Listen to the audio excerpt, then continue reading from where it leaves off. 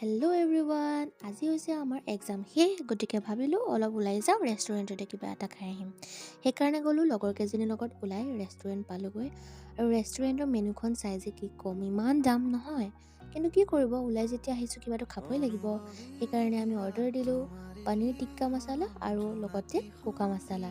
আচলতে দাম যিমান আৰু বস্তুবোৰ সিমানেই ধুনীয়া আছিলে খাবলৈ। আৰু কি হ'ল জানেনে, মই যে ব্লগ কৰি আছিলোঁ পাহৰিয়ে গ'লোঁ। সেইকাৰণে কি কৰিলোঁ, বাকীখিনি ব্লগ কৰিবলৈ পাহৰিয়ে গ'লোঁ আৰু দোকানত সোমাইছিলোঁ। দোকানৰ পৰা অলপ বস্তু ল'লোঁ।